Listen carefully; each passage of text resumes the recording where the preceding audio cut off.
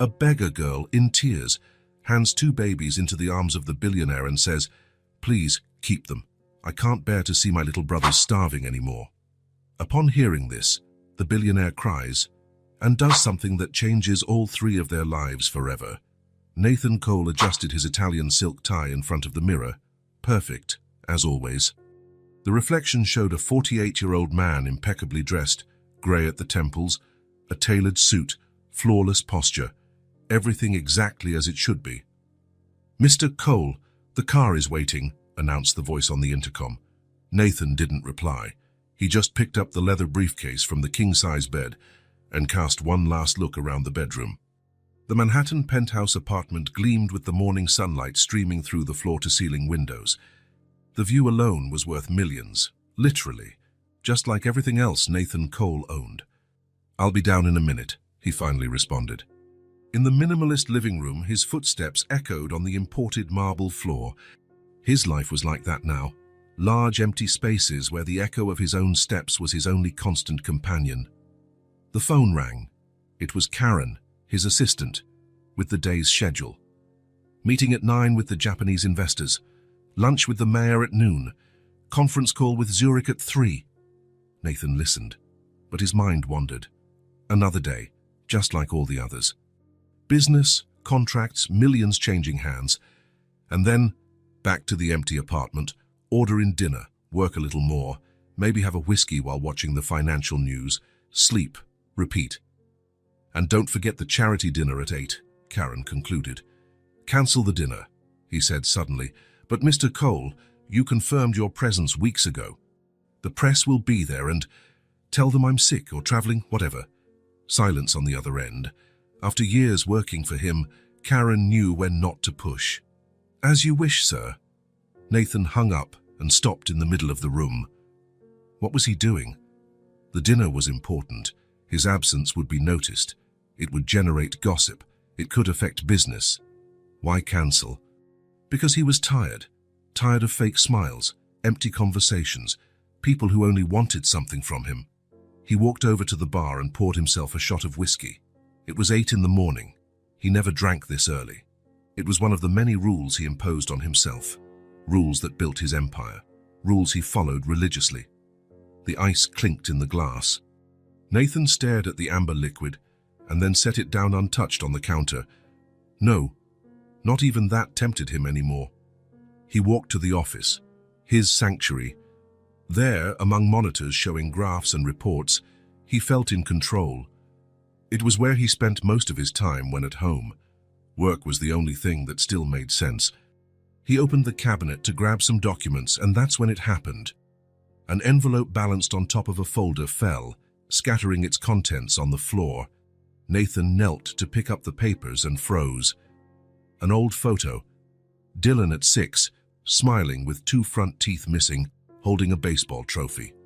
Nathan beside him, an arm over the boy's small shoulder, both happy under the sun of some random Sunday. His fingers trembled as he touched the image, as if it was something fragile and precious, which it really was. Nathan pressed the photo against his chest for a moment, closing his eyes. The weight of that small piece of paper felt heavier than anything he'd ever carried.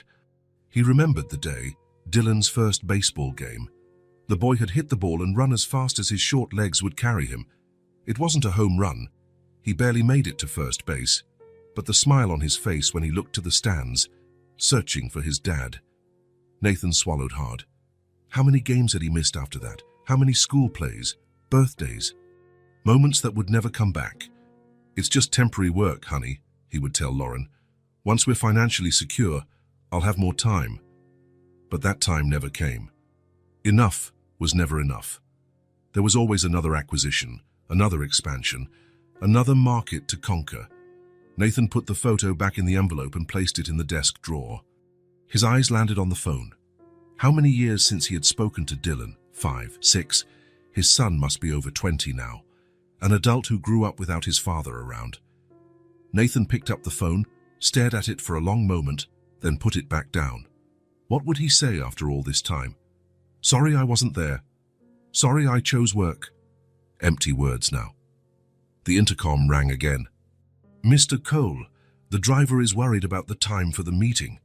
Nathan glanced at the clock. He was already late. Japanese investors hated delays. The deal was worth billions. "I'm on my way down," he answered automatically. He grabbed the briefcase, adjusted his tie once more, and walked to the door. He paused with his hand on the doorknob, looking back at the luxurious, empty apartment. For a second, a strange thought hit him. All that success, all the money, the power, the respect. Had it been worth it?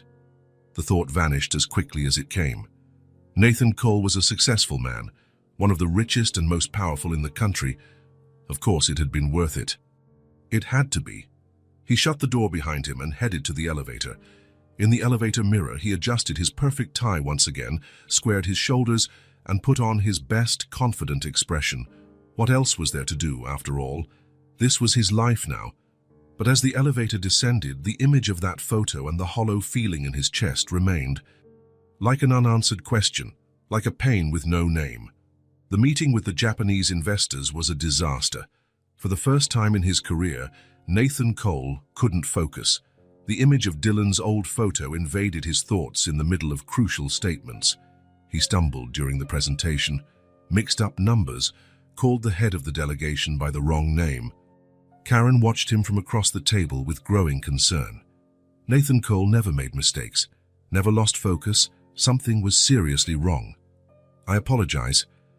I'm not feeling well today," he finally said, interrupting his own explanation about growth projections for the next quarter. The leader of the investors, Mr. Tanaka, nodded politely, though coldly. "Perhaps it's better if we reschedule for another day, Mr. Cole." It wasn't a suggestion. It was a polite rebuke. Nathan knew he had just jeopardized a multi-billion-dollar deal.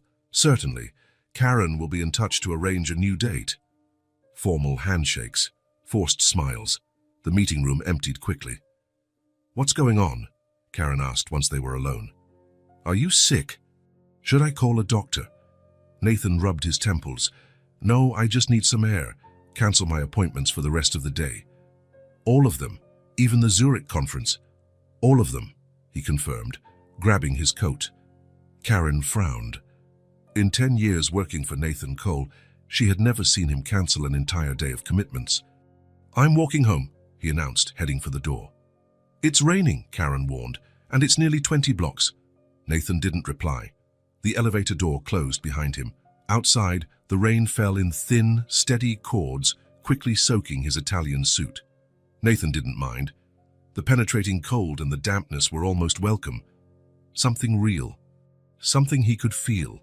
He walked aimlessly, letting his feet guide him. Instead of heading to the apartment, he went in the opposite direction, toward a part of the city he rarely visited. The shiny steel and glass buildings gave way to older, less imposing constructions. People on the sidewalks no longer wore expensive suits, but simple, everyday clothes. The rain eased into a light drizzle. Nathan stopped on a corner, suddenly disoriented. He realized he was in a middle-class residential neighborhood with small shops, a bakery, a laundromat, a convenience store, ordinary places for ordinary people. His stomach growled. He hadn't eaten all day. He spotted a little diner across the street and crossed toward it. The interior was simple but clean. The aroma of fresh coffee and homemade food filled the air. A middle-aged woman behind the counter smiled as he walked in. "What'll it be, honey?" Nathan hesitated, unused to such informality. His usual restaurants had Michelin stars, with maître calling him Mr. Cole and sommeliers who knew his wine preferences. "A coffee. And a ham sandwich, please." "Coming right up. Sit wherever you like." Nathan chose a table in the back and looked out the window. Across the street was a small park. Even with the drizzle, a few children played on the swings, while mums and babysitters chatted on nearby benches. The waitress brought his order. The coffee was piping hot and strong, served in a regular mug. The sandwich was simple: bread, ham, cheese, lettuce. No artisan bread or imported ham. Nathan took a bite and was surprised. It was good, really good. He ate slowly, watching ordinary life unfold on the other side of the glass. Ordinary people with ordinary problems, living ordinary lives, something he hadn't had in so long. After finishing, Nathan left a $20 bill on the table, more than 3 times the cost of the meal, and left. The rain had stopped completely now, leaving the air clean and cool. He decided to walk through the small park on his way to... well, he still didn't know where he was going. He passed a playground with 3 children and 2 mothers, then a small pond where ducks swam peacefully. That's when he saw her. At the far end of the park, sitting on a bench still wet from the rain, a little girl. She looked exhausted, dirty, with tangled brown hair falling over her face, and in her arms, 2 babies wrapped in old, worn blankets. Nathan stopped. Something about the scene felt profoundly wrong. The girl seemed far too young to be caring for 2 babies. The children looked too small to be out in that damp weather. Where were the parents? He glanced around. No one paid attention to the little girl with the babies. Hesitantly, Nathan approached. "Hello," he said, keeping a respectful distance. "Are you all right? Do you need help?" The girl looked up, intense blue eyes but red and swollen from crying. When she spoke, her voice was thin and trembling. "Mister, can you help us?" Nathan sensed genuine desperation in her voice. Up close, the situation looked even worse. The children's clothes were dirty and damp. The babies seemed asleep, or Nathan felt a tightness in his chest, maybe too weak to cry. "Yes, I can help. Where are your parents?" The girl pressed her lips tight, as if trying not to cry. "My mom, she began, but was interrupted when one of the babies let out a faint moan. Her face turned into pure despair, and then it happened. With a sudden movement, the girl held out both babies toward Nathan, her blue eyes now overflowing with tears that left clean streaks on her dirty face. "Please, keep them." Her voice cracked into a sob. "I can't stand watching my little brothers starve anymore." It was as if something broke inside Nathan, something that had been hard, cold, and dead for years. He felt a lump in his throat and, to his astonishment, a hot tear escaped his eye, rolling down his cheek. For the first time in years, how many? 5, 10. Nathan Cole was crying. It wasn't dramatic sobbing, just that single tear, carrying all the weight of loneliness, regret, the empty life he had built for himself. "I can't anymore," the girl continued, her voice choked. I swear I tried to take care of them, but I have no more food, and Luke has a fever, and Ben won't stop crying." Nathan knelt to her level. "What's your name?" "Sadie," she mumbled, still holding the babies out. "Sadie, I'm Nathan. I'll help you and your brothers, okay?" He hadn't planned to say that. The words just came out. The girl's eyes widened as if she couldn't believe it. Really? Really? Nathan had no idea what he was doing. Taking care of children. He, who had failed as a father, who had spent years building walls to keep feelings out. It was madness, but something stronger than reason moved him now. "Do you have anywhere to go?" "Anyone you can stay with." Sadie shook her head, her lower lip trembling. "Then come with me. I'll take you somewhere warm, and we'll get food and dry clothes." Without thinking of the consequences, without considering what it would mean for his carefully orchestrated life, Nathan Cole, the billionaire who had just ruined a multi-billion-dollar business meeting, opened his arms. Sadie hesitated for only a second before handing him one of the babies. The child was lighter than he should be, his body feverish even through the damp blankets. "This is Luke," she said, still holding the other baby, "and this is Ben." "Hi, Luke," Nathan murmured, awkwardly positioning the baby in his arms, realizing how unprepared he was. "Let's get out of here, okay?" He flagged down a taxi with a wave. The driver threw a suspicious look at the quartet, a man in a soaked suit, a dirty little girl, and 2 babies wrapped in faded blankets. "Where to, sir?" Nathan gave the address of his penthouse apartment. The taxi pulled away, leaving behind the park and its usual visitors, who would continue their normal lives. In the back seat, Sadie kept her eyes on Nathan, a mixture of hope and distrust in her tired gaze. "It's going to be okay," he said, not knowing if he could keep that promise. During the ride, Nathan tried to form questions in his mind. Where had these children come from? Where was the mother? How long had they been alone? But every time he opened his mouth to ask, he saw Sadie's wary look and decided to wait. She seemed overwhelmed enough already. Luke dozed in his arms, a restless sleep. Every now and then, the baby coughed or whimpered. Nathan could feel the fever's warmth through the blankets. Did they need a doctor? Probably. But first, a safe and warm place. The taxi stopped at the luxurious building where Nathan lived. The doorman nearly fell off his chair when he saw Nathan Cole enter with 3 visibly needy children. "Mr. Cole, are you all right? Should I call someone?" "I'm fine, Thomas. Please, don't call anyone. And I'd appreciate your discretion." The last sentence came with a meaningful look. Thomas nodded, perplexed. "Of course, sir." In the private elevator that led directly to the penthouse, Sadie remained silent, her eyes wide in the mirrored walls. Luke stayed asleep in Nathan's arms, but Ben began to whimper in his sister's. "Shh, Ben," Sadie whispered, rocking him gently. "You'll have food soon, I promise." The elevator opened directly into the penthouse's living room. Nathan saw his home through Sadie's eyes.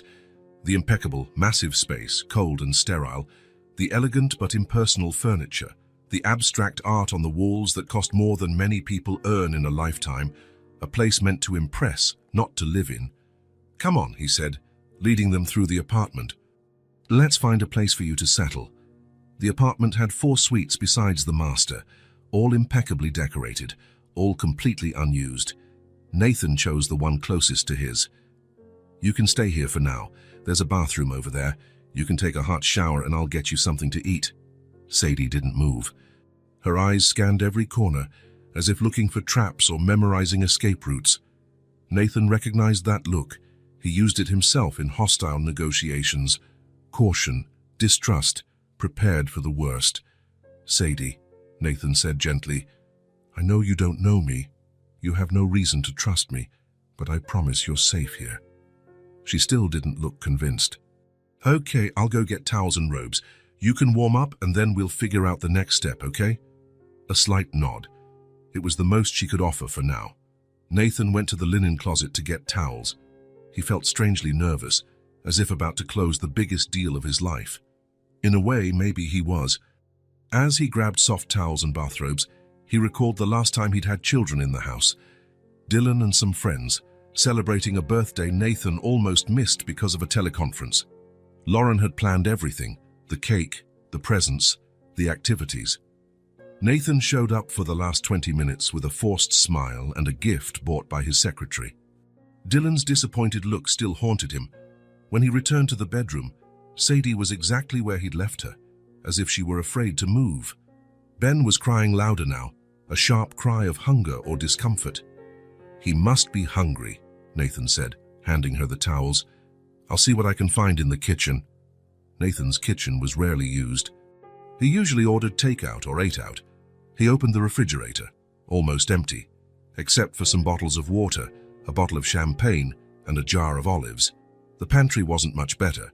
A few cans of tuna, a package of rice, coffee, tea, and imported cookies. "Damn," he muttered. What did small children eat? He had no idea. What did babies this age need? Milk. Baby food, and where would he get that now? He decided to start with rice. It was simple, neutral. He took out a pan he'd never used, still with the price tag, and put water to boil. His hands, normally steady when signing multi-million-dollar contracts, felt clumsy measuring rice. Back in the suite, he found Sadie sitting on the edge of the king-size bed, the 2 babies beside her. "The bath is ready if you want. I'm making something for you to eat." "What are you making?" Sadie asked, speaking for the first time since arriving. "Rice. It's all I have at the moment, but we can order more food later." A heavy silence settled. Nathan realized how surreal the situation was. A 48-year-old man bringing 3 unknown children into his apartment. What would the neighbors think? What would his board of directors say? And more importantly, what on earth was he thinking? "I need to check on the rice," he said, backing toward the door. "Make yourselves comfortable." Back in the kitchen, Nathan stared at the bubbling pot. His life was completely off track now. From seeing Dylan's photo that morning to these 3 children in his home, It was as if a hurricane had turned his world upside down. "What am I doing?" he whispered to himself. "What am I going to do with them? I don't know how to take care of kids." The memory of little Dylan asking for help with homework echoed in his mind. "Not now, son. I'm busy with work." Nathan felt a jab of genuine fear. What if he failed these children like he had failed his own son? What if he couldn't help them? Worse, what if he ended up hurting them somehow? The smell of something burning pulled him back to reality. The rice. He'd forgotten to lower the heat. "Damn it," he exclaimed, moving the pan off the burner. Too late. The bottom was burned. Crap! Crap! Crap! A silent presence made him turn. Sadie stood in the doorway, watching him with wary eyes. Nathan felt ridiculously inadequate under that child's gaze. "Sorry for the word. And sorry, I burned the rice." Sadie approached slowly and peeked into the pan. "It just burned a little at the bottom. The rest is still okay." Nathan looked again at the pan. She was right. The top layer of rice still looked edible. "I thought I'd ruined everything," he confessed. Sadie shrugged. "I've eaten worse." Something about that simple statement hit Nathan deeply. What had this child been through? What kind of life did she have before he found her in that park? "The babies, your brothers, what do they eat?" "They eat everything now, but really soft. Maybe if you mash the rice." Nathan tried not to show his shock. Babies so small already eating solid food. But what did he know about children? "Sure, we'll mash it for them." He found some bowls and utensils, served up the rice, mashing a portion with a fork. "You must be hungry too," he said, placing a bowl in front of her. Sadie stared at the food intently but didn't move. "You can eat," Nathan encouraged. Still hesitant, she took a spoon and tasted a bit of rice. Nathan noticed how hard she tried to eat slowly and politely, even though her body probably wanted to devour the food. "I need to bathe them," Sadie said, eyes on the rice. "They're wet and cold." "Eat first," Nathan replied. "Then I'll help you with them." The girl hesitated, but hunger won out. She ate a few spoonfuls of rice, slowly at first, then more urgently. "There's more if you want," Nathan offered. She shook her head, but her eyes said otherwise. "Sadie, eat as much as you want, then we'll take care of your brothers, okay?" "Thank you," she murmured, serving herself a little more. Nathan found a lone apple in the fruit bowl and cut it into small pieces, placing them on Sadie's plate. "The apple's good too," he said after trying a piece. After a moment's hesitation, he added, "The rice is good, even with the burnt bottom." Then, almost imperceptibly, a tiny smile flickered at the corner of her mouth. So quick it could have been his imagination, but Nathan knew it wasn't. That little gesture of trust filled his chest with a sensation he hadn't felt in years, as if something very old and forgotten in him had started stirring again. While Sadie ate, Nathan prepared bowls for the babies. Luke and Ben were still in the bedroom, undoubtedly in desperate need of a bath and food. He had no experience with small children, but he suspected they needed more than mashed rice. "We need proper baby food," he said. "And diapers, clothes, a lot of things." "You're rich," Sadie observed, glancing around the luxury kitchen. "You can buy all that." Nathan followed her gaze. The designer kitchen, top-of-the-line appliances he rarely used, imported marble. Yes, he could buy anything these children needed. Money, at least, wasn't a problem. "Yes," he admitted, feeling a strange shame about his wealth in the face of their suffering. "Tomorrow morning, we'll go shopping. For tonight, we'll have to make do with what we have." Sadie finished eating, scraping the bowl clean. "Thank you," she said again, and now her smile was a bit less timid. "I'm going to bathe them now." "Need help?" "No," she answered too quickly. The distrust was still there. "All right, I'll be here in the kitchen if you need me." Sadie nodded and left. Nathan started cleaning up, feeling the weight of the last few hours. What had begun with an old photo found by chance had turned into this: 3 unknown children in his home. A responsibility for which he was totally unprepared. "What am I doing?" he whispered again, but without the same anxiety as before. Because despite the fear and inadequacy, something inside him seemed to have awakened. A purpose. A need that didn't come from outside business, success, but from within, from a place so deep he'd forgotten it existed. Nathan heard the sound of running water in the suite's bathroom. He pictured Sadie trying to bathe two babies at once. Should he go help or respect her need for privacy? He decided to gather more snacks for them. He found a box of imported cookies and placed some on a plate, sliced more apples, poured fresh water into cups. As he arranged everything on a tray, Nathan remembered how many times Lauren had done this for Dylan, how many times she'd prepared meals, given baths, told stories, and how many times he'd missed those moments, buried in work, meetings, business. Faint laughter came from the bathroom. Either Ben or Luke must have done something funny. Sadie sounded more relaxed now. When the shower turned off, Nathan waited a few minutes, then knocked softly on the door. "I brought a few more things for you to eat," he said. The door opened a little. Sadie peeked out, wrapped in a huge robe that made her look even smaller. Behind her, on the bed, the two babies squirmed, wrapped in towels, looking more alert after the warm bath. "Thank you," she said, taking the tray. "Luke likes apples." "Great, there's plenty. And water too. Are you okay in there? Do you need anything else?" Sadie hesitated, as if considering something. "Our clothes are wet." "Ah, right. Let me see what I can find." Nathan went to his own bedroom. He had t-shirts that could serve as nightgowns for Sadie, and maybe for the babies. Not ideal, but it would work for one night. He came back with the t-shirts and handed them through the slightly open door. "Tomorrow we'll buy proper clothes," he promised. Sadie nodded, still wary but noticeably more relaxed than when they'd arrived. "Well," Nathan said, stepping back, "I'll let you rest. If you need anything, I'll be in the next room. Just call, okay?" "Okay," she mumbled, and then, almost inaudibly, "Good night." "Good night, Sadie." The door closed softly. Nathan stood there for a moment, feeling a strange mix of emotions. Concern, certainly. Fear of what lay ahead. But also something lighter, warmer, something he hadn't felt in years. In his own bedroom, Nathan sat on the edge of the bed and looked at the phone. Should he call someone? The police? Social services? A lawyer? What was the right procedure after finding 3 abandoned children in a park? But something held him back. The image of Sadie's desperate eyes, begging for help. The fragile trust that had begun to form. The fear that the children would be separated if authorities got involved. "What am I going to do?" he whispered into the empty apartment. But part of him already knew the answer. Somehow, meeting these children, seeing the desperation and courage in such a small girl caring for her brothers, had awakened something he thought was dead in his chest. A chance, maybe, a chance to do something right, not to fail this time. He closed his eyes and saw Dylan's face, then superimposed Sadie's, Ben's, and Luke's faces. Children who needed an adult who truly cared, who was present, who put their needs above everything else.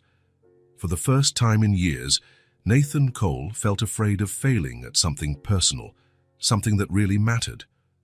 3 days had passed since Nathan brought the children home, 3 days of adjustments, learning, and small victories. Nathan had hired a shopping team to bring everything the kids needed: clothes, diapers, toys, proper food. The guest bedroom quickly turned into a cozy space with 2 cribs and a comfortable bed for Sadie. The babies already seemed healthier. Luke no longer had a fever, and Ben was smiling more. Nathan learned how to change diapers after watching some online videos, a skill he never imagined he'd need. He made mistakes, of course, put diapers on backward, spilled milk, burned the pasta he attempted to make for dinner. But Sadie was always there, watching, sometimes quietly laughing at his awkward attempts, other times intervening gently to show him the right way. The girl's distrust gradually diminished. She no longer recoiled when Nathan approached. She no longer checked obsessively on her brothers every few minutes. She could sleep several hours without waking up in panic. Small progress, fragile but real. That night, after the babies finally fell asleep, Nathan found Sadie sitting on the living room couch, hugging her knees, looking at the city through the huge windows. The lights below formed a sea of bright dots. "Can't sleep?" he asked softly, not wanting to startle her. Sadie shrugged, not taking her eyes off the window. "Sometimes it's hard. Nathan sat at the other end of the couch, keeping a respectful distance. I understand. I have nights like that too. Silence. Nathan had learned not to pressure her, to let Sadie set the pace of their interactions. She had walls around her, built by experiences he could barely imagine. "From here you can see the park," she finally said, pointing to a dark patch among the city lights. "Where you found us?" "Yes," Nathan confirmed. "If you look during the day, you can see the trees and the pond." Sadie nodded, still gazing out. "We slept there for 2 nights. Nathan felt a pang in his chest. 2 nights in the open air, with 2 babies, in the fall chill. "Where were you before that?" he asked cautiously. Sadie hugged her knees tighter. For a moment, Nathan thought she wouldn't answer, that he'd crossed an invisible line. "In our apartment until the money ran out." "Money your mom left?" A slow nod. Nathan took a deep breath. "Sadie, do you want to tell me what happened? With your mom, I mean, you don't have to if you don't want to," he quickly added. More silence. The kind of dense silence that seems to hold entire untold stories. "She said she was going out to buy cigarettes." Sadie's voice was almost a whisper, "and that she'd be right back." Nathan waited, not interrupting. "That was 3 weeks ago. She left money in the kitchen drawer. She said it was for emergencies." Sadie fidgeted with the hem of the new nightgown Nathan had bought her, pink with star patterns, which she had timidly requested. "I waited for her to come back. I took care of Ben and Luke the way she taught me, gave them baths, cooked. But the money started to run out." Her voice was monotone, as if reporting the weather, not describing the abandonment she suffered. "I used the money to buy milk and diapers. When it was gone, the landlord came knocking. He said we were getting evicted. I didn't know what that meant, but I was scared." Nathan watched her slight frame against the vast city lights. She looked so small against the huge world outside. "So I grabbed our things, just what fit in the backpack, and we left. I thought maybe we could find my mom on the street." "Do you know why she didn't come back?" Nathan asked gently. Sadie shook her head. "Sometimes she disappeared for a day or 2, but she always came back, always. Until she didn't," Nathan finished. "Until she didn't," Sadie echoed in a whisper. "Do you have other relatives? Grandparents, uncles?" "My grandpa died last year. My grandma, I don't know where she is. Mom said she lived far away." "And your dads?" Sadie shrugged. "Ben and Luke have different dads. And my dad, Mom said he left when I was born. I don't remember him." Nathan absorbed her every word, piecing together Sadie's life. A single mother with 3 kids, no family support, probably fighting her own demons. And then, the final abandonment.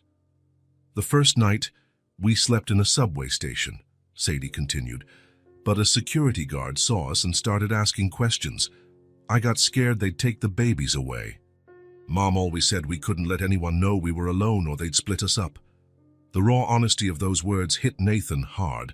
This child's fear of being separated from her brothers, the responsibility she had taken on far beyond her years. "So we went to the park. It was easier to hide there. During the day, we pretended we were waiting for our mom. At night, we slept in the bathrooms or under the benches." Sadie stopped speaking. A single tear ran down her face, but she wiped it away quickly, as if ashamed of showing weakness. "What you did was very brave," Nathan said. "Taking care of your brothers like that." "I wasn't brave," Sadie replied, her voice trembling for the first time.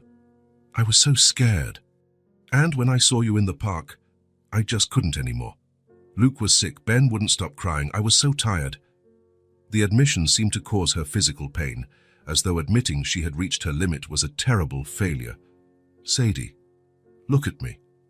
She turned her face slowly. "What you did was extraordinary. Many adults wouldn't have managed what you did for your brothers. You're the bravest person I've ever met."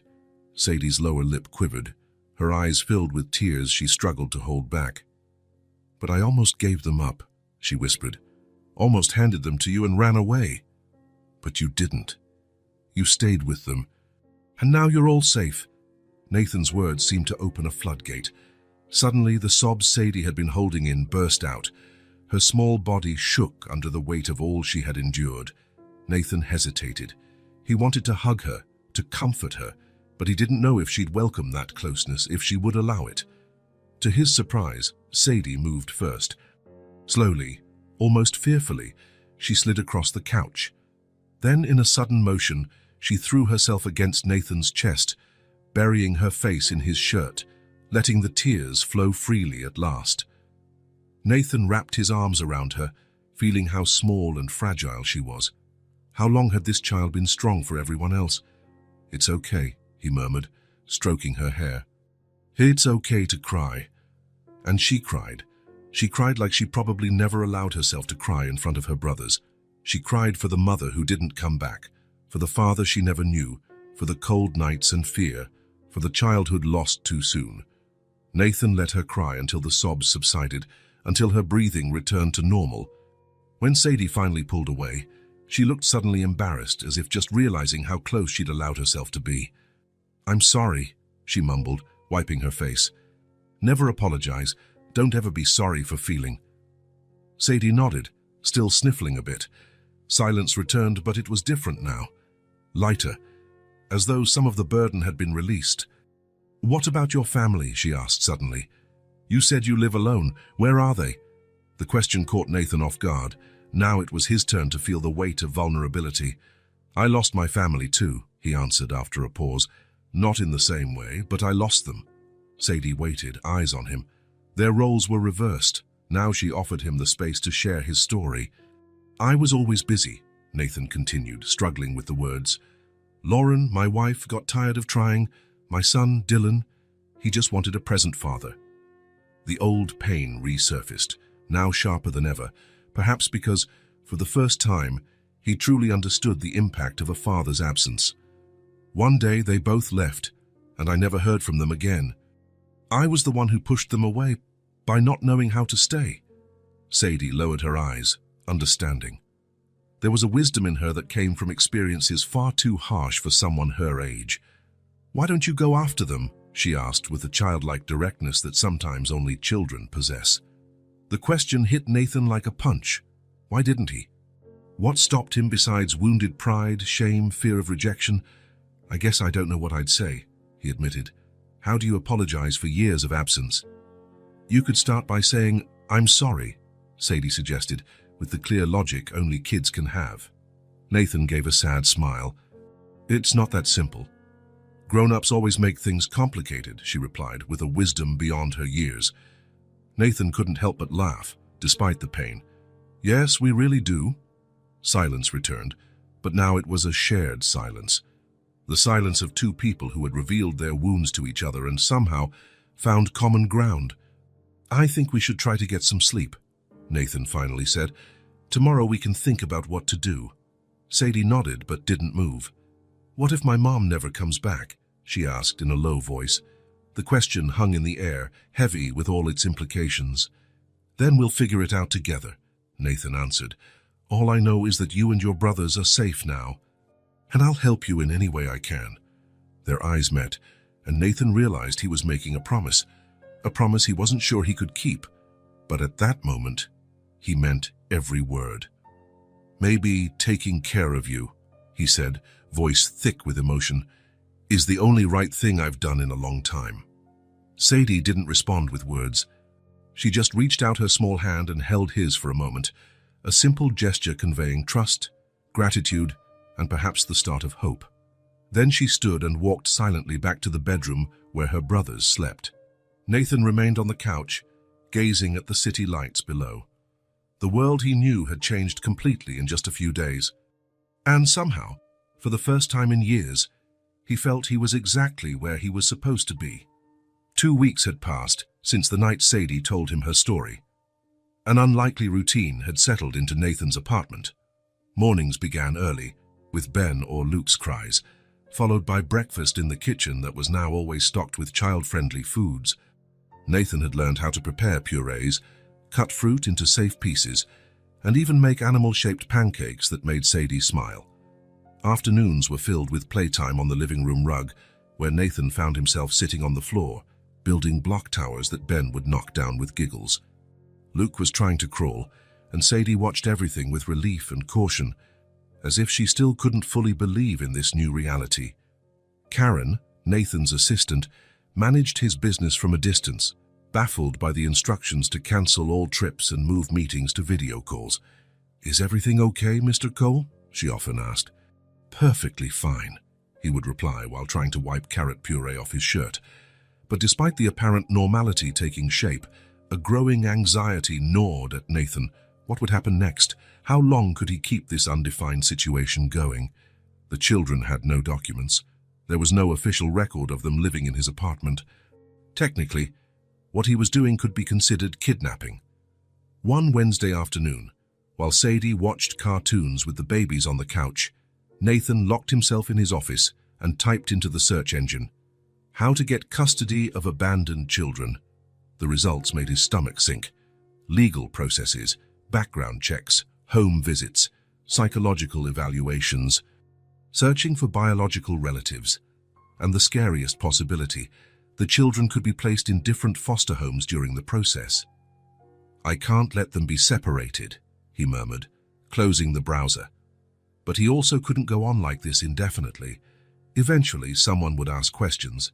The children needed medical care, schooling, a normal life. Nathan felt the weight of indecision. His entire life had been built on quick, decisive actions. He never hesitated to close billion-dollar deals, but this was different. Far more was at stake than money. The next morning, Nathan received an unexpected call from his company's board of directors. There was an urgent issue with one of his major investments in Asia. His presence was requested immediately. "Impossible," he replied. "I'm unavailable to travel right now." "Nathan," said the deep voice on the other end, "you've never been unavailable before. What's going on?"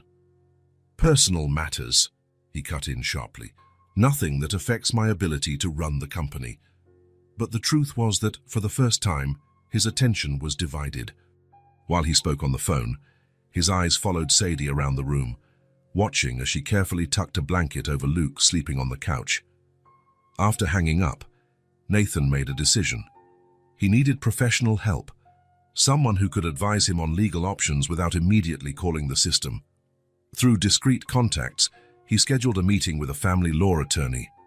He explained his situation in the vaguest terms possible over the phone, only mentioning he needed guidance on a delicate situation involving children. The attorney, Dr. Melissa Ortiz, arrived at the apartment the following afternoon, a middle-aged woman with a serious expression and a leather briefcase. Nathan had asked Sadie to stay in the bedroom with the babies during the meeting. "Mr. Cole," Dr. Ortiz said after hearing the full story, "I understand your concern, but I need to be clear. What we have here is an irregular situation. Technically, these children are missing. If the mother reported them as lost, there could be a search underway." "She abandoned them," Nathan insisted, feeling anger rise. "She left a child caring for 2 babies. I understand your outrage, but legally, we must follow proper procedures. The first step is to notify social services." The words social services made Nathan clench his fists. And what would happen to them? Dr. Ortiz hesitated slightly. They would attempt to locate the mother or other relatives. If unsuccessful, the children would be placed in state custody temporarily while your custody request is reviewed. Separated? Possibly. Not every foster home can accommodate 3 children at once, especially with 2 babies. Nathan shook his head. Unacceptable. "Mr. Cole, I understand your frustration, but the longer you keep these children without informing the authorities, the more complicated your legal situation becomes." The conversation continued for another hour, with the attorney detailing the Longshield's complicated process that would follow. By the end, Nathan felt even more anxious. "I need to think," he said, walking Dr. Ortiz to the door. "Thank you for your advice, but I need more time." "Don't take too long," she cautioned. "The sooner we start, the better your chances." After the attorney left, Nathan sensed a silent presence behind him.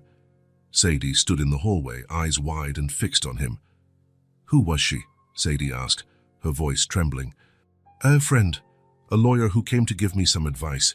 Sadie's face went pale. "About us." Nathan hesitated. Should he lie, protect her from the complicated truth? But something told him Sadie had faced enough harsh truths already to be spared now. Yes, about you.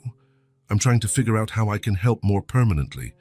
Sadie's eyes filled with fear. Are you going to send us away? No, of course not, he said quickly, stepping closer. I'm trying to find a way for you to stay, legally. You promised, she whispered. You promised we'd stay together.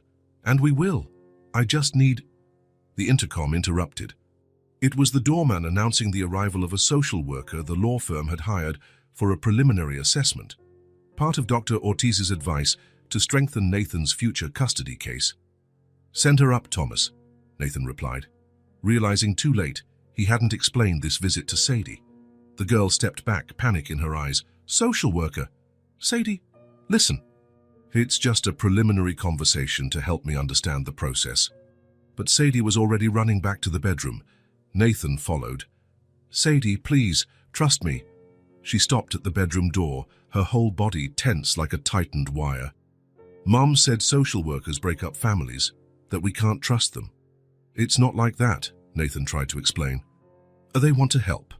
The doorbell rang again, indicating the social worker had arrived. Stay here with the babies, he said. I'll talk to her first, okay? Then you can decide if you want to talk too. Sadie didn't respond, just slipped inside the bedroom and closed the door. Nathan sighed deeply before answering. The social worker, Mrs. Peterson, was a robust woman of about 50, holding a notepad and wearing an analytical expression that seemed to survey every inch of the apartment as she entered. Mr. Cole, thank you for seeing me. Doctor Ortiz gave me a brief outline of your situation, but I'd like to hear it directly from you. Nathan invited her to sit and repeated the story of finding Sadie and the babies in the park. Mrs. Peterson took occasional notes, nodding. And since then, they've been living here with no legal formalization? She asked in a neutral tone that still sounded accusatory. Yes. I didn't know what to do at first, and then I got attached to them. Understandable but problematic, she commented. Mr. Cole, your financial situation is obviously comfortable, but taking guardianship of 3 children isn't just about material resources. There are emotional and psychological considerations. Not to mention your own family history, she consulted her notes. I understand you have a biological son you're not in contact with. Nathan felt his stomach drop. Yes, but it's different. Certainly, but it indicates a pattern we need to consider. Mr. Coles, I'll be frank. Your profile, a single, workaholic man with no recent experience with children, is not typically ideal for a permanent placement, especially for 3 traumatized children. Her words hit Nathan like physical blows. Given the complexity of the situation, Mrs. Peterson continued, raising her voice slightly, and the lack of proper family structure, it's most likely that, after notifying the authorities, the children would be placed temporarily in a specialized shelter while... A small noise interrupted her. Nathan turned and saw Sadie in the hallway, eyes wide with horror. She had overheard the last words. A shelter, she whispered, the word coming out like a scared moan. Oh, you must be Sadie, Mrs. Peterson said, adjusting her glasses. May we talk a bit? But Sadie was already running back to the bedroom. Nathan excused himself and followed, finding her sitting on the bed, knees drawn up, rocking back and forth. Sadie, he began, sitting beside her. It's not what it seems. You promised, she repeated, not looking at him. You promised we'd stay together. And we will. This is just part of the process. Lies, she whispered. Grown-ups always lie. Nathan tried to touch her arm, but she pulled away. I have to finish talking to Mrs. Peterson, he said, feeling helpless. Then we'll talk more, okay? I promise I won't let anyone separate you. Sadie didn't reply. Nathan reluctantly returned to the living room, where the difficult conversation with Mrs. Peterson continued. After another hour of invasive questions about his life, routine, and intentions, she left with a final warning. Mr. Cole, my recommendation is that you formalize the situation as soon as possible. The longer you wait, the more complicated it becomes. When she left, the apartment's silence pressed down on Nathan's shoulders. He went to check on Sadie, but she pretended to be asleep, turned toward the wall. The babies truly were asleep in their cribs. That night, Nathan could hardly sleep. He tossed and turned, replaying the social worker's words, the fear in Sadie's eyes, the promises he'd made. What was the right thing to do? Start the legal process and risk losing the children, or remain in this irregular situation that could collapse at any moment? Around 3 in the morning, he got up for a glass of water. Passing the children's room, he quietly opened the door to check on them. In the dark, he could make out the cribs and Sadie's bed. All seemed calm. He returned to his own room, determined to make a decision by morning. Maybe he should call Lauren for advice. She had always been better at family matters. But that idea made him feel even more inadequate. A man who couldn't be a father to his own child, now trying to parent 3 traumatized kids. Sleep finally claimed him in the early hours. When he woke, it was already past 8, much later than usual since the children arrived. The apartment was oddly quiet. Nathan got up quickly and went to the next room. He opened the door and felt his blood turn cold. The room was empty, completely empty. The cribs, the bed, no sign of the children. "Sadie," he called, already running through the apartment. "Luke, Ben." Nothing but the echo of his own voice. In the living room, he noticed Sadie's small backpack. The one she'd arrived with was gone. In the fridge, some apples and water bottles were missing. And at the front door, the security system log showed it had been opened at 4:27 a.m. Sadie had taken her brothers and left. In the dead of night, Nathan sank onto the couch, stunned. The apartment that had slowly filled with life, laughter, and tiny footprints over the past weeks was back to being that cold, empty space. He paced in circles, hands on his head, muttering, "They left me too. What did I do wrong? I must be a terrible person if nobody wants to stay with me." The words spilled out laden with old pain, now with a fresh cause to resurface. The pain of abandonment, rejection. First Lauren and Dylan, now Sadie, Ben, and Luke. It was happening again, and Nathan couldn't shake the feeling that the problem was always him. Always would be. 6 hours, 12 hours, 18 hours. Nathan lost track of time wandering through the empty apartment. He called the doorman, the building security, nearby building staff. No one had seen 3 children leaving in the middle of the night. "How is this possible?" Nathan murmured, despair rising by the minute. How do 3 small children just disappear? His thoughts spiraled. Should he call the police? But that would trigger the exact system Sadie feared. Social services would be involved. The children could be separated. On the other hand, 3 children were alone on the streets. 2 of them were babies. It was autumn, nights were getting colder, and rain threatened to return. "What do I do?" he repeated, running his hands through his disheveled hair. He grabbed the phone, finally resolved to call the authorities when the doorbell rang. Once, twice, 3 times in quick succession. Nathan rushed to the door, heart pounding. He looked through the peephole and felt his legs weaken. Sadie, holding Ben in her arms, Luke at her side, clinging to her leg. He opened the door with shaking hands. "Nathan," Sadie said, her voice breaking with sobs. "Please, it's Ben." Nathan immediately noticed the baby's condition. He was pale, eyes half closed, breathing fast and raspily. His little body seemed to burn with fever. "He's really hot," Sadie continued, tears flowing freely. "I tried giving him a cool bath, like Mom used to do when we got sick, but he's just getting worse." Nathan didn't think twice. He took Ben from Sadie's arms, feeling the alarming heat radiating from the small body. "You two, come inside," he said urgently, not hiding his worry. "I'll call an ambulance." Sadie entered, pulling Luke by the hand. They looked exhausted, their clothes dirty, eyes sunken, fear evident in every move. Nathan was already on the phone, describing Ben's symptoms to emergency services. After hanging up, he turned to Sadie, who stood trembling in the living room. "The ambulance is on its way," he said, voice shaking. "He'll be okay, Sadie." She nodded, but her gaze was pure despair. "I shouldn't have left," she whispered, staring at the floor. "It's my fault." Nathan knelt in front of her, still holding Ben, who let out a weak moan. "It's not your fault," he said firmly. "You're here now. You're safe." Luke, next to his sister, let out a small whimper. Nathan noticed he also looked unwell, pale with puffy eyes. The doorbell rang again, the ambulance wagon arriving with impressive speed. Nathan opened the door, and 2 paramedics rushed in with their gear. "The baby has a high fever and labored breathing," Nathan explained quickly. "It started today, from what I understand." The paramedics examined Ben with professional efficiency. One turned to Nathan. "We need to take him to the hospital immediately. Are you the father?" The question caught Nathan off guard.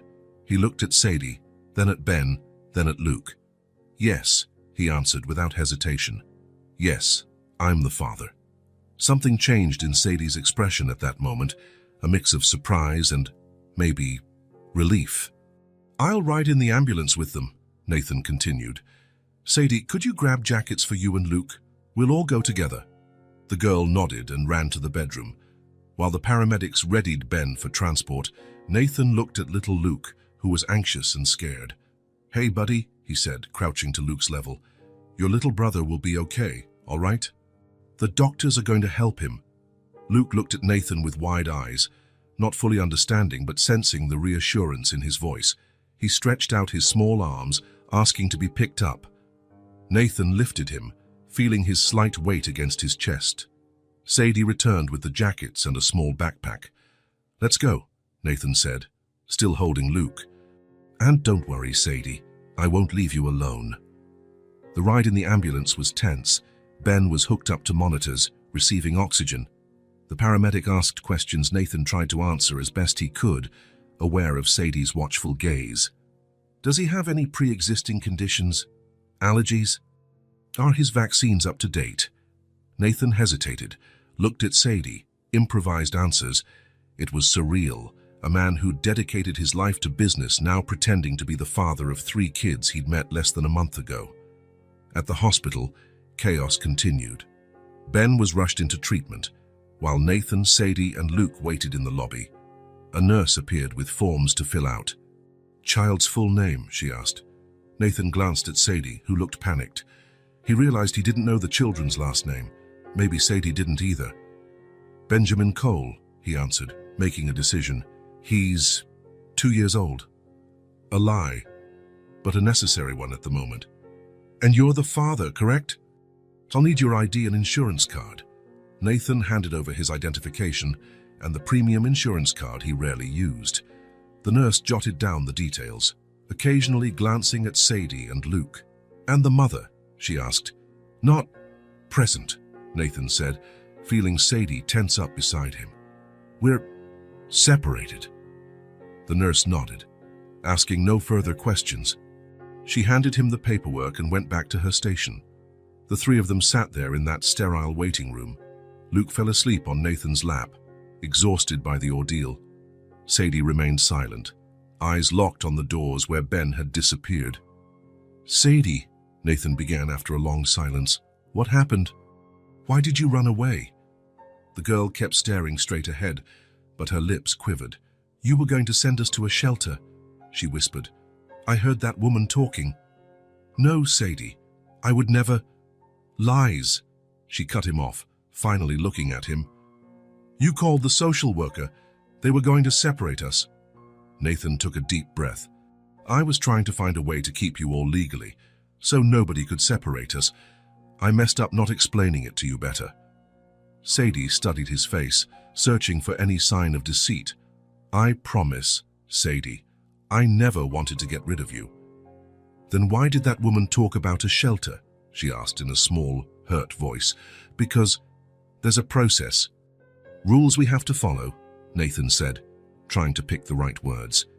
"But I would never let that happen. Ever." Before they could continue, a doctor appeared at the door. "Family of Benjamin Cole." Nathan stood, still holding Luke, who was asleep. Sadie gripped his free hand tightly. "I'm the father," Nathan said, the words sounding more and more natural. "Your son has pneumonia," the doctor explained. "A lung infection. Quite serious for such a young child, but we managed to control his fever and improve his breathing." Relief flooded Nathan so intensely, His legs almost gave out. "Will he be okay?" Sadie asked, voice barely audible. The doctor smiled kindly at her. "He will, sweetheart. Your little brother is responding well to the medication. With proper antibiotics and care, he should recover soon." "Does he need to stay in the hospital?" Nathan asked, worried about how the children would cope after their recent scare. The doctor checked the chart in his hands. "Usually, yes, but—" He looked at the two exhausted children. "Since we've already lowered his fever and his oxygen levels look good, we can release him to recover at home if he's closely monitored." "I can guarantee that," Nathan replied decisively. "In that case, I'll prescribe antibiotics and fever reducers. You'll need to check his temperature every 4 hours, make sure he drinks plenty of fluids, and come back immediately if the fever goes up or his breathing worsens." Nathan nodded, mentally noting every instruction. "If you prefer, I can recommend a pediatric nurse to help for the first few days." "Yes, please," Nathan agreed at once. "Anything that helps him recover." The doctor handed him the prescriptions and explained each medication thoroughly. Sadie listened attentively, as if memorizing every word. "Can I see him?" she asked anxiously. "Of course. We're finishing up his meds, and then he'll be ready to go home." Minutes later, they were taken to a room where Ben lay on a small bed, still hooked to monitors, but visibly better. His eyes were open, and he gave a tiny smile seeing his sister. "Ben!" Sadie exclaimed, rushing to his side. "You're better!" The baby reached out for her, and she carefully took his hand. Nathan watched, Luke still asleep in his arms. A strange and powerful sensation overwhelmed him, a mix of protectiveness, tenderness, and fierce determination. These children were his responsibility now, his kids, for all intents and purposes. While the nurses got Ben ready for discharge, Nathan made some calls to Karen, asking her to prepare the apartment for their return. To his personal lawyer, instructing him to immediately start the process for provisional custody of the 3 children.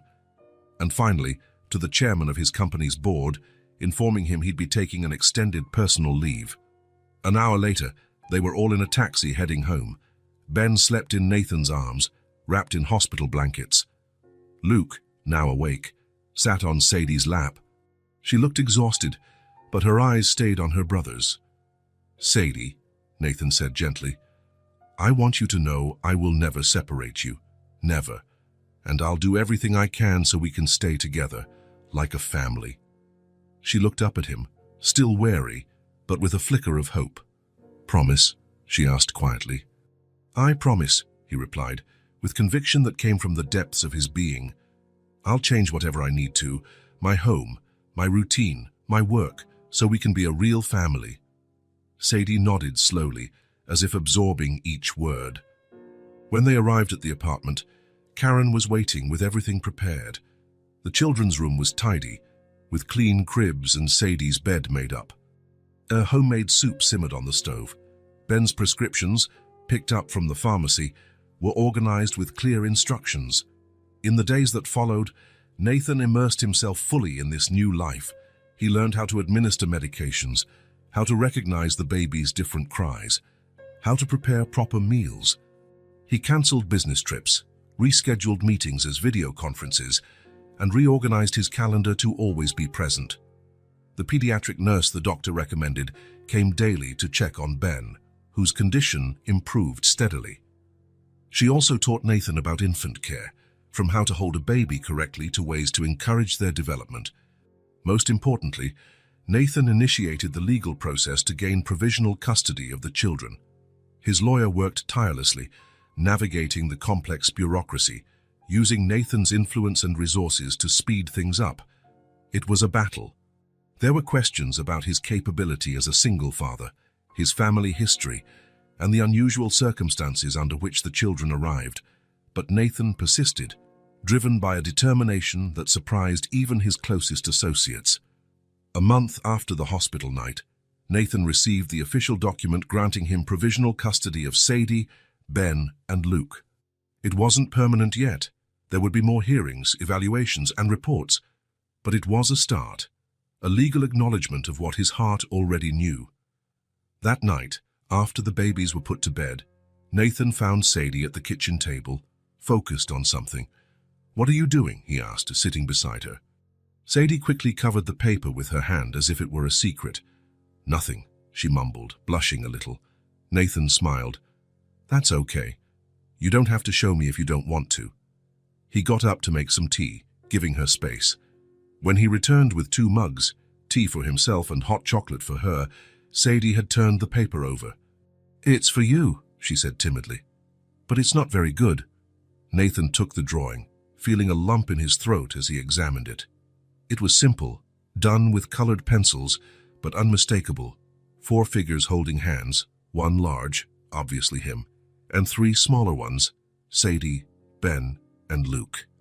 At the top, in carefully formed letters, it said, "The Cole family." "Sadie," he said, voice thick with emotion, "this is the most beautiful drawing I've ever seen." "Really?" she asked, uncertain. "Absolutely. May I keep it?" She nodded, a small smile lighting up her tired face. That night, after Sadie finally went to bed, Nathan took out the drawing again. He looked at it for a long time, feeling something deep and powerful stir within him. Carefully, like handling a priceless treasure, he placed it in the drawer of his bedside table. The Cole family. The family he had almost lost before it even began. The family he was now determined to protect and love against all odds. 6 months had passed since that night at the hospital. Life in Nathan's penthouse had changed completely. The once minimalist and impersonal apartment now showed clear signs of family life. Toys scattered in the living room, children's drawings taped to the fridge, framed photos on tables, Nathan with the kids in the park, at the zoo during their first Christmas together. The daily routine had shifted too. Nathan now started each day making breakfast, while Sadie helped the boys get dressed. Afternoons were for park visits, evenings for baths, stories, and lullabies. Important meetings were scheduled during Sadie's school hours, and video calls took place once the kids were asleep. To many, it was hard to recognize the smiling man pushing strollers in the park as the ruthless billionaire of boardrooms. But to Nathan, the transformation made perfect sense. It was as if, for years, he'd lived only a fraction of his life, the part devoted to professional success, while the rest lay dormant, waiting to be awakened by the 3 children he now called his own. The provisional custody was close to becoming permanent. The social worker who once frightened Sadie now visited regularly, impressed by the family's progress. Nathan's lawyers were confident that, given the mother's prolonged absence and the emotional and material stability he provided, adoption was just a formality. Everything seemed to be falling into place perfectly. Yet something still nagged at Nathan in the quiet hours of the night. One crucial piece was missing. An old wound that, despite all the recent joys, still throbbed painfully. Dylan, his firstborn, the son he hadn't seen grow up. One Saturday morning, while the kids played under the nanny's supervision, Nathan locked himself in his office.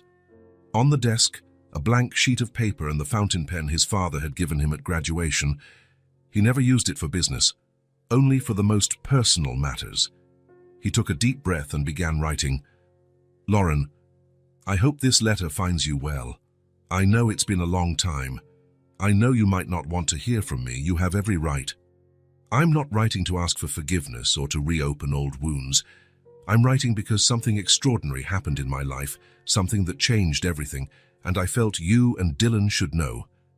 6 months ago, I found 3 abandoned children in a park, a girl and 2 babies, her little brothers. They were alone, hungry, terrified. I didn't plan it. I didn't calculate anything. I just brought them home, and I decided to keep them. They're now my children, legally, soon, but in my heart, they already are. Through them, Lauren, I realized everything I lost, everything I threw away when I chose work over our family. Every time I refuse a meeting to watch Sadie recite a poem at school, I remember the plays of Dylan's I missed. Every time I wake in the night to soothe Luke from a nightmare, I think of how many nights Dylan might have needed me and I wasn't there. I'm not asking for your sympathy. I'm just sharing a truth I took too long to learn. No professional success is worth missing. Your child grow up. I know Dylan must be a young adult now, maybe in college, maybe already working. I know nothing about the man my boy became, and that is my greatest regret. I don't expect him to forgive me. I don't expect to make up for lost years. But if, one day Dylan wants to speak to me, I'm here, truly. Not the man I was, always busy, always distant, but someone who finally understands what matters. I'm enclosing some photos of my new family. If you ever want to meet them, you'd be most welcome. With care and respect, Nathan. He reread the letter several times, tweaking a word here, a phrase there. It wasn't a billion-dollar contract. It was more important than that. When finally satisfied, he placed it in an envelope with some photographs, the kids in the park, Ben taking his first steps, Luke laughing while trying to feed himself and getting covered in food, Sadie proudly holding her first school report card. He wrote the address carefully, the last one he had for Lauren, a quiet suburb in Connecticut. He didn't even know if she still lived there. Maybe the letter wouldn't arrive, maybe it would be thrown away unread, but he had to try. As he sealed the envelope, he heard Sadie's laughter in the other room, followed by the baby's excited babbling. He smiled, feeling that now familiar wave of affection that washed over him whenever he thought of his children, all of them, including Dylan. He stood and walked to the window, looking at the city below. For so long, he believed success meant building empires, amassing fortunes, conquering markets. Now he knew that true success was something else, found in small moments, in little hands holding his, in the smiles that greeted him at the end of the day. "Dad!" Sadie's voice called from the other room. "Ben is walking again. Come see." "I'm coming," he answered, slipping the letter into his jacket pocket to mail later. Before leaving the office, he glanced one last time at Dylan's photo on his desk, the only one he'd kept all these years. Next to it now was Sadie's drawing. It read, "The Cole Family." Maybe one day, he thought, that family could be complete. 3 weeks passed without a response to his letter. Nathan tried not to get his hopes up. After all, it had been years. Lauren might have moved away. Dylan might not want contact. Life moved on, and he now had 3 children needing his attention and love. The Cole family's new routine was firmly established. Sadie was attending 3rd grade at a good nearby school, where she quickly made friends. Ben and Luke went to a half-day childcare program, giving Nathan a few hours to work in his home office. That Thursday afternoon, Nathan was reviewing some contracts while the babies napped after lunch. Sadie would be back from school in an hour, driven by the chauffeur Nathan had hired just for her. He planned to take the kids to the planetarium that weekend, part of his effort to give them fun, educational experiences. The intercom buzzed, pulling him from his thoughts. "Mr. Cole," said the doorman's voice, "there's a young man here asking for you. He says he's your son." Nathan felt his heart stop. What's his name?" he asked, his voice suddenly hoarse. "Dylan Cole, sir." A buzzing filled Nathan's ears. The room seemed to spin. Dylan, his son, here after all these years. "Send him up, Thomas, please." Nathan hung up and stood in the middle of the room, unsure what to do. Should he wait by the door, sit casually on the sofa? What would he say? How should he act? Before he could decide, the doorbell rang. He took a deep breath, walked to the door, opened it. There he was, Dylan, the son he hadn't seen in 8 years. He was no longer the 14-year-old boy Nathan remembered. He was a young man now, tall, broad-shouldered, with his mother's determined jawline. But the eyes were undeniably Nathan's, intense blue, observant. "Dylan," was all Nathan could say. The young man didn't smile, but he didn't show hostility either. There was caution in his eyes, a contained expectation. "May I come in?" he asked simply. "Of course. Please." Nathan stepped aside, struggling to control the trembling in his hands. It's good to see you." Dylan entered, glancing around. The apartment had changed considerably since his last visit. The expensive artwork had been replaced by framed children's drawings.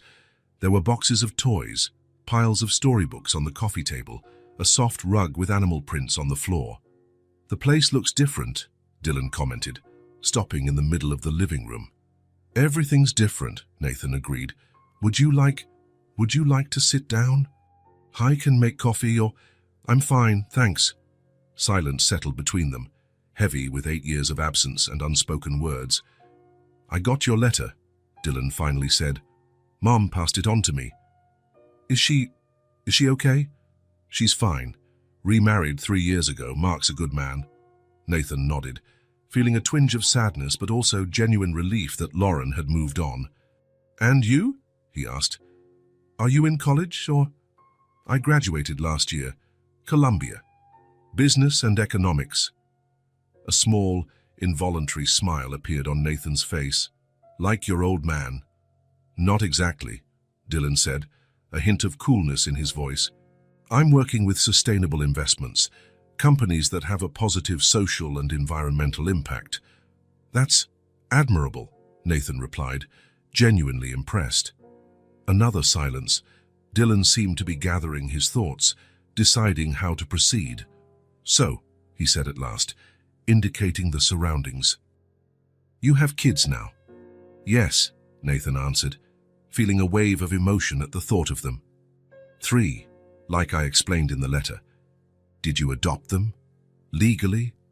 "We're finalizing the process. But yes, for all intents and purposes, they're my kids." Dylan nodded slowly, taking it in. "I didn't expect you to come," Nathan admitted. "After all this time, I thought—" "I didn't expect to come either," Dylan interrupted. "I kept your letter for days, not knowing what to do. Part of me wanted to throw it away unread. Part of me was curious." "I understand," Nathan murmured. "Then the photos fell out of the envelope," Dylan went on. "I saw those kids. I saw you with them. It was just strange." Nathan waited, giving his son space to express himself.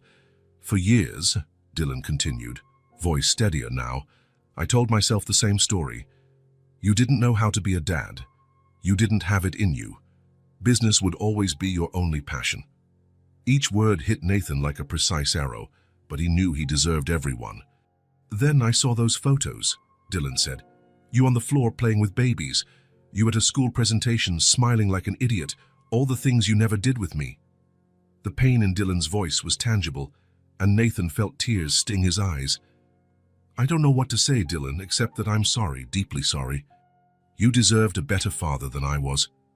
Before Dylan could respond, the sound of tiny footsteps interrupted. Ben appeared from the hallway, just woken from his nap, still in pajamas. He stopped abruptly upon seeing a stranger in the living room, eyes wide. "Dada?" he asked, confused. Nathan looked from Ben to Dylan, momentarily frozen between two worlds. "It's all right, Ben," he finally said, going over and picking up the little one. This is Dylan, your big brother." Ben studied Dylan curiously, then smiled shyly and hid his face against Nathan's shoulder. Dylan watched the scene with an expression hard to read. Maybe surprise, maybe renewed hurt, maybe something more complex. "Is Luke still sleeping?" Nathan asked softly to the boy in his arms, trying to keep the situation as normal as possible. Ben nodded, rubbing his sleepy eyes. "Want to watch some TV while he wakes up? Just a little bit, okay?" Ben nodded enthusiastically, and Nathan carried him to the couch, turning on a kids' channel with the volume low. When he returned to Dylan, his son was observing him intently. "You really have changed," Dylan murmured. The sound of the front door opening interrupted them again. Sadie entered, carrying her school backpack and chatting happily with someone behind her, the driver, Nathan assumed. "Dad, Mrs. Miller said we can go to the Science Museum on Saturday and—" Sadie stopped upon noticing the visitor. "Oh, sorry, I didn't know we had company." "It's all right, Sadie," Nathan said, gesturing for her to come closer. "I'd like you to meet someone very special. This is Dylan, my son." Sadie's eyes widened. She looked from Dylan to Nathan and back again, then slowly approached the young man. "Are you the Dylan from the picture?" she asked. "The one on Dad's desk?" Dylan seemed surprised. "He keeps a picture of me." "In his office," Sadie confirmed. "When I asked who it was, he got sad. Said it was you, his first son, and that he missed you a lot."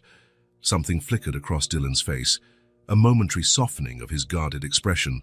"I'm Sadie," the girl continued, holding out her hand formally.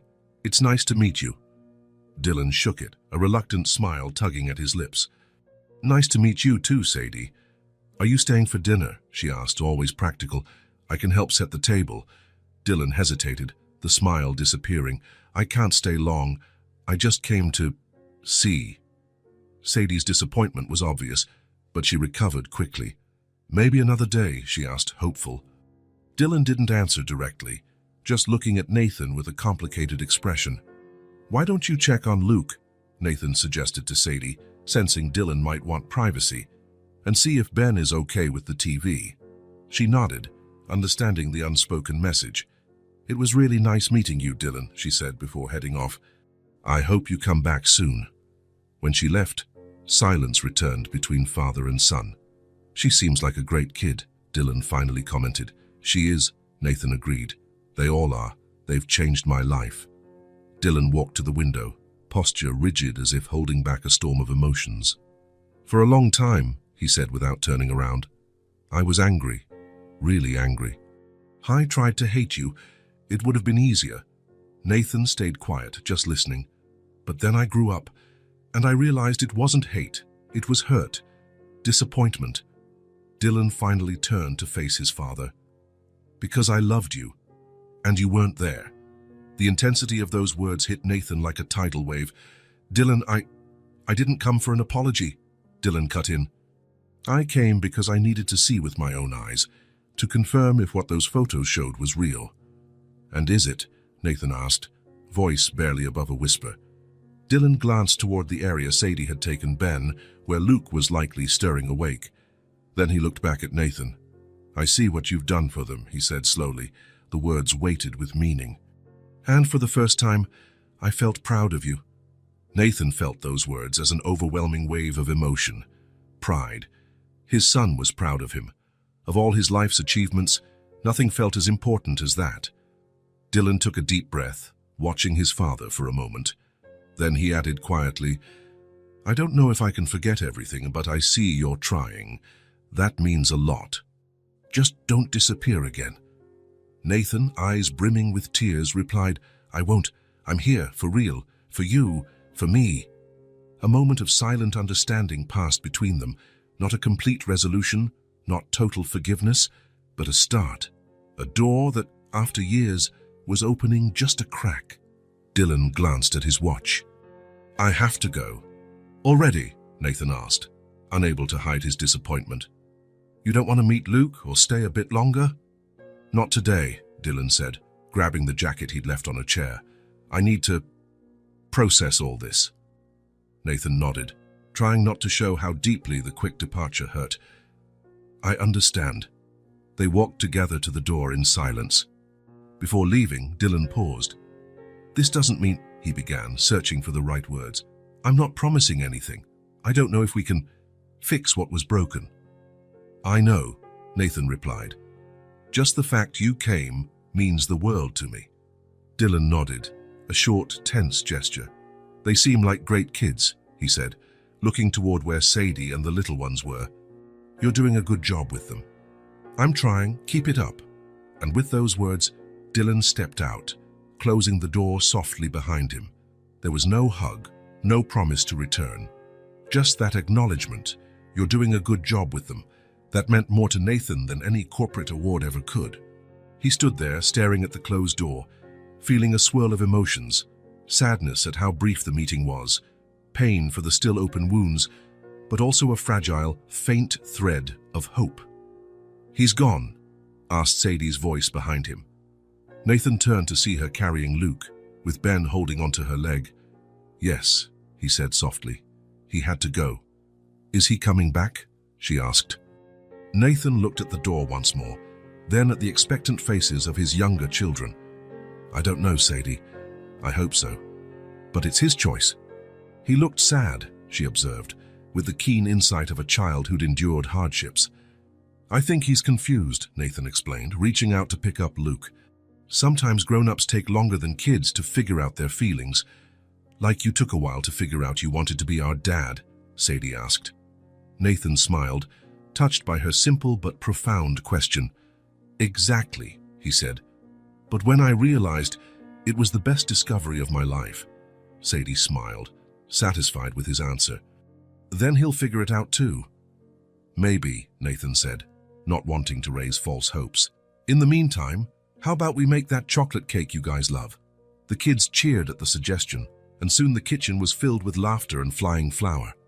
But while he helped Ben stir the batter and watched Sadie show Luke how to help, Dylan's image remained fresh in Nathan's mind. His oldest son had left without promising to return, but he had come. After 8 years, he had taken the first step, and for now that would have to be enough. 6 more months passed since Dylan's visit. In that time, much had changed. The children's adoption finally became official after a process that demanded all of Nathan's perseverance and resources. Sadie, Ben, and Luke were officially Cole. Their full names, Sadie Elizabeth Cole, Benjamin Thomas Cole, and Lucas Andrew Cole, chosen with care, preserving their previous identities yet symbolizing a new beginning. The family's routine was firmly established, balancing Nathan's work, where he delegated far more responsibilities and rarely traveled, with Sadie's school life and the boys' daycare. The company's board, initially skeptical of the CEO's new lifestyle, ended up accepting it when they realized that, ironically, Nathan had become even more efficient in his decisions, more focused, more decisive, more human in his leadership. Over these months, Dylan called a few times. Brief, cautious conversations that gradually grew more frequent. He sent gifts on Sadie's birthday, a set of astronomy books that she adored. He also visited twice more. Short visits still marked by an emotional distance, but without the palpable tension of that first encounter. On this particular Saturday morning, Nathan was making pancakes in the kitchen, while the kids watched cartoons in the living room. It had almost become a weekend ritual: animal-shaped pancakes, fruit cut into stars and hearts, freshly squeezed orange juice, simple little luxuries he never imagined could make him so happy. The kitchen, once immaculate and practically unused, now boasted drawings pinned to the fridge, colorful utensils bought especially for the children, and tiny handprints smudged on the lower cabinets. Nathan didn't mind. Quite the opposite. Every sign of the children's presence filled him with a deep satisfaction no business deal had ever given him. "Kids, breakfast is ready," he called, placing the last elephant-shaped pancake on the plate. Sadie arrived first, guiding her younger brothers by the hand. Ben, now 2.5, walked confidently, while Luke, almost 2, still had the unsteady, enthusiastic gait of new walkers. "Look, Ben, this pancake looks like an elephant," Sadie said, helping him into his booster seat. "Fante," Ben repeated, clapping. Nathan smiled, watching them interact. It was amazing how Sadie, at just 8 years old, naturally took on a protective big sister role. She still had occasional flashbacks, nightmares, moments of anxiety if one of her brothers cried too long, but she was generally thriving, transforming into a cheerful, smart, and confident child. School had been a challenge at first. Sadie had never attended formal classes, and her adaptation was gradual. In the first few weeks, Nathan got almost daily calls from the school counselor reporting episodes of crying, or moments when Sadie refused to part with her belongings, clutching them in her backpack, a behavior the psychologist said was common in children who'd experienced deprivation. As he helped Luke into his seat, the phone rang. "Sadie, can you start serving the boys?" "I'll be right back." She nodded, taking charge competently. "Hello?" Nathan answered. "Nathan, it's Lauren." He nearly dropped the phone. Lauren, his ex-wife, Dylan's mother. They hadn't spoken directly in years. Whatever little communication existed had been through lawyers or, more recently, Dylan himself.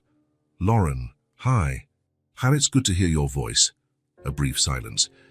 "Dylan told me about the kids," she said at last. "About how you changed." "Yes," he confirmed, unsure how else to respond. How to sum up in words the profound transformation of the last months. "I'm in town," Lauren continued, "visiting my sister. Dylan suggested I stop by to meet them." Nathan's heart pounded. Dylan had suggested it. That meant more than any direct statement ever could. "Of course, when would you like to come?" "Actually, I'm calling from your building's lobby." For a moment, Nathan couldn't speak, stunned. "Nathan," Lauren's voice sounded uncertain. "If this is a bad time—" No, he said quickly. "Please, come up. We're having breakfast. There's plenty of pancakes." He hung up, trying to process the situation. Lauren here now, the woman he once loved, whom he deeply hurt by his absence. Dylan's mother, someone who knew the old Nathan, not the man he'd become. "Who was that, Dad?"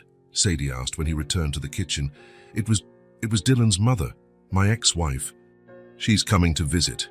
Sadie's eyes widened. "The lady from the wedding photo in your office?" "That's the one. She's pretty," Sadie remarked thoughtfully. "Is she staying for breakfast?" "I think so," Nathan replied, noticing how easily Sadie accepted the situation. "We'll need another place at the table." When the doorbell rang a few minutes later, Nathan felt a nervousness he hadn't experienced since his teenage years. He smoothed his t-shirt, ran a hand through his hair, and opened the door. Lauren looked as elegant as he remembered, her blonde hair now shorter, a few lines around her eyes, but the same directly intelligent gaze. "Hi," she said. "Hi," he replied. "Come in, please." Lauren stepped inside, taking in the apartment with curiosity. "It's different," she commented. "Everything is," Nathan said. He led her to the kitchen, where the kids were still finishing breakfast. "Kids," he said, "this is Lauren, Dylan's mum." Sadie immediately stood and offered her hand. "Hi, Miss Lauren." "I'm Sadie. These are my brothers, Ben and Luke." Lauren smiled, shaking Sadie's hand. "Nice to meet you, Sadie. Dylan told me a lot about you." "Really?"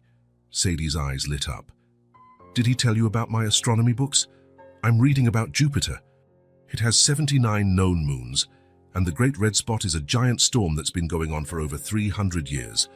Lauren laughed, genuinely charmed by the girl's enthusiasm. "Yes, he mentioned your passion for stars and planets. He said you're very smart." Sadie blushed with pleasure. "He is too. He showed me how a telescope works last time he came. He said he'd take me to the planetarium one day." Lauren gave Nathan a look, a mix of surprise and a hint of approval. Dylan had talked about taking Sadie to the planetarium. That meant he was planning future visits, deeper involvement with the family. "Would you like to join us?" Nathan offered, pulling out a chair. The rest of breakfast passed surprisingly peacefully. Lauren chatted with Sadie about astronomy, helped Luke not spill his juice, and laughed when Ben tried to get her attention by tossing banana bits. After the meal, while the kids went to the living room to play, Lauren and Nathan stayed at the table in a charged silence. "They're lovely," Lauren finally said. "They're amazing," Nathan agreed. "They changed my life." "So it appears." Nathan mustered courage. "Lauren's about the past. I'm sorry. For everything. For not being the father Dylan deserved. The husband you deserved." She nodded slowly. "It took a very long time, Nathan." "I know. But it's never too late to change, to fix what can be fixed." She paused, choosing her words. "Dylan is trying. He won't admit it, but your letter, those photos, affected him. He wants to believe you've really changed." Hope bloomed in Nathan's chest. "He means the world to me, always did, even when I couldn't show it." The doorbell rang again, interrupting them. "Expecting someone else?" Lauren asked. "No," Nathan answered, standing up. When he opened the door, he felt his breath catch. Dylan stood there, holding a package. "Hey," he said, looking just as surprised as Nathan. "Mom told me she was coming over, so I thought I'd... But if this is a bad time..." No, Nathan said quickly. "Come in. Your mom's here." "We just finished breakfast." Dylan entered, glancing around, apparently searching for something. "The kids are in the living room," Nathan explained, understanding his silent query. They had barely made it to the living room entrance when Sadie spotted Dylan and ran toward him. "Dylan, you came!" she exclaimed, stopping a step away. "Did you bring more books?" He grinned, an honest smile without the usual tension. "Not today, Star, but I brought something else." He held out the package to her. "For all of you." Sadie carefully opened it, revealing a familiar board game. "Monopoly!" she cried. "Like the one you said you used to play as a kid." "I thought we could play together," Dylan suggested. "You and me against... Well, the rest of the family. The word family hung in the air for a moment, heavy with meaning. Dad? Ben suddenly cried out, running toward Nathan and wrapping his arms around his legs. Everyone turned to look at the toddler. It was the first time he'd called Nathan Dad. Until then, it had been Dada or simply Pa. Dad, Luke echoed, mimicking his brother, and also running to hug Nathan's legs. Nathan felt a lump in his throat. He knelt, embracing them both, trying to hold back tears. When he raised his eyes, he saw Sadie watching, a gentle smile on her lips. Are we going to play, Dad? She had never called him that before, always Nathan, sometimes Dad, but never that affectionate, intimate Dad that meant so much more. Nathan looked at Sadie, seeing certainty, trust, and belonging in her eyes. Yes, sweetheart, he answered, voice trembling. Dylan watched, a faint smile on his face. Lauren, standing beside him, had tears in her eyes she was trying to hide. Morning turned to afternoon as they played. Lauren and Nathan acted as the bank, while Dylan and Sadie formed an unstoppable team against Ben with constant help, and Luke, who was happy stacking colorful money and toppling little plastic hotels. At one point, when Sadie got up to grab juice for everyone, Lauren moved closer to Nathan. I never thought I'd see this, she whispered. Dylan and you in the same room, no tension, no obvious hurt. Me neither, Nathan admitted. The kids are the bridge, aren't they? Especially Sadie. Nathan nodded. She has a way with people, a wisdom that belies her age. Probably from what she went through. Lauren watched the girl returning with carefully balanced cups. She reminds me of someone, she remarked, who? Dylan, when he was little, before things changed. The observation struck Nathan like a realization. It was true. The same determination, the same bright intelligence, the same sensitivity. Father and daughter, though unrelated by blood, shared something deeper. Hours later, after spirited rounds of Monopoly, popcorn, and laughter, the children were finally worn out. Ben fell asleep on the couch, and Luke grew fussy, a sure sign he was exhausted. Lauren said her goodbyes, promising to return another day. To Nathan's surprise, she gave him a brief hug before leaving. You've done a good job, Nathan, she whispered. With all of them, I'm proud of you. The unexpected praise warmed his heart. Of all people, Lauren knew exactly how much he had changed. Her acknowledgement meant more than any other. Surprisingly, Dylan stayed behind. I'll help put the kids to bed, he offered. Together, father and son worked as a team. Dylan carried a sleeping Ben to the bedroom while Nathan dealt with a cranky Luke. Sadie followed, assisting with pajamas and toothbrushes, well versed in her brother's bedtime routine. When the little ones were finally asleep, Sadie asked Dylan to read her a story too. He agreed at once, sitting on the edge of her bed. Nathan watched from the doorway as Dylan read The Little Prince, using different voices for each character, pausing so Sadie could ask questions or comment.